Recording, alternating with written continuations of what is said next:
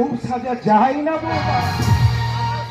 আমার স্ত্রী স্যুট পরুক আর শাড়ি পরুক, মানে তোমার মাথা ঘামানোর কোনো প্রয়োজন নেই। আছে আছে রে বসন্ত, আছে। আচ্ছা বসন্ত, আচ্ছা বসন্ত, তুই তো অনেক লেখাপড়া শিখেছিস, বিলাত থেকে এক বিশাল বড় ডিগ্রিও নিয়ে এসেছিস। আচ্ছা হ্যাঁ রে বসন্ত, তুই স্ত্রী শব্দটা তুই মানে জানিস? আরে স্ত্রী হলো সহধর্মিণী, অর্থাৎ যে নারী স্বামীর প্রকৃত ধর্ম অবলম্বন করে সেই হলো প্রকৃতি সহধর্মিণী। কিন্তু এই মেয়েটা তুই বলতে পারিস তোর কোন ধর্ম অবলম্বন করছে? উল্টে তুই এই মেম সাহেবের কায়দা কানুন অনুকরণ করে সাহেব সাজার জন্য উঠে পড়ে লেগেছি। তোমার মতো হাজির উপরে সস্তা দামে বুঝি করে যে চাষা বুঝে সাজিয়ে বসে থাকবো, আর সিনা এক হাত ঘন্টা দিয়ে কপালে চাঁদের মতো বিশাল এক সিঁদুরের টিপ করে কোলা বউ সাজিয়ে ঘর করে বসে থাকবে। হ্যাঁ হ্যাঁ হ্যাঁ হ্যাঁ, তাই থাকবে থাকবে। বউ হতে গেলে আগে তো বউয়ের মতোই সাজতে হবে। হ্যাঁ হ্যাঁ বউ বউ, আজ তুমি বিলেতের ম্যাম সাহেব হও আর ইংল্যান্ডের রাজরানী হও, আজ তুমি বাঙালি পরিবারের পুত্রবধূ হয়ে এসেছো, তাই আজ তোমার স্বামীর পরিচয়েই আসল একমাত্র পরিচয় বৌমা।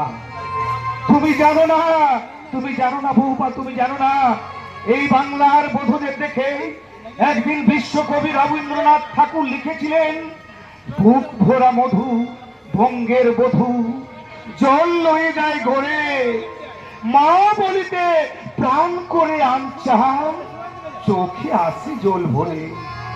তাই তাই তোমার প্রতি অনুরোধ বৌমা, তোমার এই ম্যাম সাহেবের সাজ ছুঁড়ে ফেলে দিয়ে এবার তুমি আমার সংসারের আদর্শ কুলবধূর সাজ গ্রহণ করো। আদর্শ কুলবধূ? হ্যাঁ হ্যাঁ হ্যাঁ, আদর্শ কুলবধূ। কোথায় বলে সংসার সুখের হয় রমণীর গুণে, কিন্তু যে রমণী নিজেকে প্রকৃত লজ্জার হাত থেকে নিজেকে ঢাকিয়ে রাখতে পারে না, সে কেমন করে সাজাবে তার সংসার? তোমার জ্ঞানের লেকচার দিনাকে না শুনে প্রশান্তর নতুন বই চৈতালিকে শুনিও, কাজে লাগবে। আসো ঢিলা। বসন্ত, না না না না না বৌমা না, বসন্ত নয়, বলো স্বামী। স্বামী? হ্যাঁ বৌমা, স্বামী সংসারের কুললক্ষ্মী তুমি।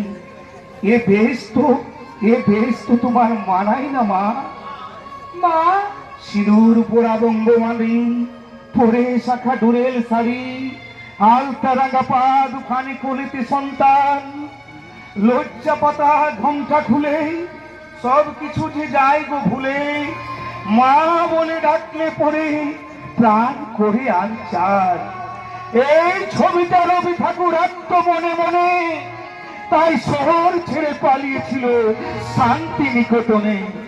বৌমা তুমি যেও না ভুলে বিন্দুর ছেলে ওই শরৎ বাবুর দান। তোমার পরনে থাকবে লাল পেড়ে গরদের শাড়ি, কপালে থাকবে ঘন্টার আড়ালে ঢাকা সুন্দর সুন্দর একটি, আর তোমার হাতে থাকবে সন্ধ্যা প্রদীপে ঠাকুর ঘরে গাইবে তুমি লক্ষ্মীর পাঁচালি।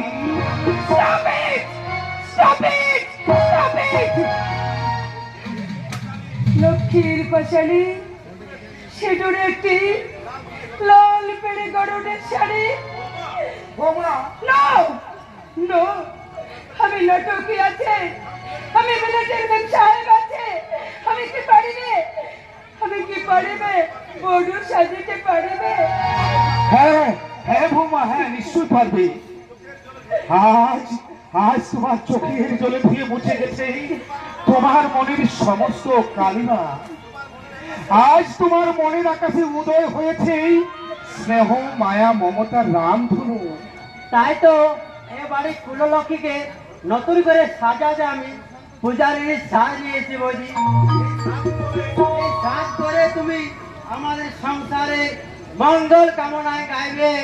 তুমি নির্মল কর মঙ্গল করে মলিন মার মশায় নির্মল কর মঙ্গল করে মলিন মার মশায় পূর্ণ কিরণ দিয়ে যাক কালিমা ঘুষায় মলিন মন মশায় তুমি নির্মল কর মঙ্গল করে মলিন মার মশায় মলিন মার মশায়। আমি সাজিবে ভাই, আমি সিঁদুর পড়িয়া স্বামীর সংসারে বধূ সাজিবে। আমি বাঙালি ল্যাঙ্গুয়েজ শিখিয়া বাঙালি বধূ সাজিয়া বাঙালি গৃহ লক্ষ্মী সাজিয়া লক্ষ্মীর বাজারে পড়িবে। আর এই সংসারে পূজারিণী সাজিয়া দেবতাকে আমি পূজা করিবে ভাই, দেবতাকে আমি পূজা করিবে।